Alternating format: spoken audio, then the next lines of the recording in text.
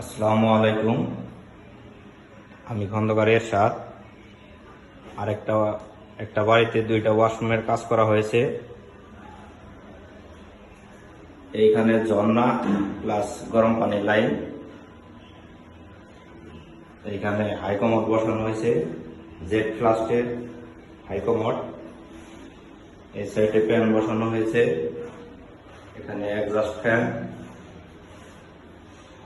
কাপড় রাখার আলনা,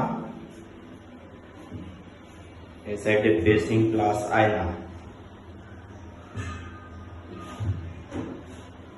আয়না করে লাগানো হয়েছে। এই টয়লেটে কনসিল করে সব পাইপ 1 ইঞ্চি দেওয়া হয়েছে। 1 ইঞ্চিতে এই কারণে আমি কাজ করি, কারণ আপনি যে কোনো কলে পানি পড়বে ঠিক মতো। 3 ভোল্ট দিয়ে কাজ করলে এত পানি প্রেশার হবে না। এবং কি আমি একটা ট্যাঙ্কিতে বসাইছি, ট্যাঙ্কির ভিতরে ফিল্টার করেছি, তারপরেও পানির প্রেশার খুব, পানির প্রেশার প্রচুর।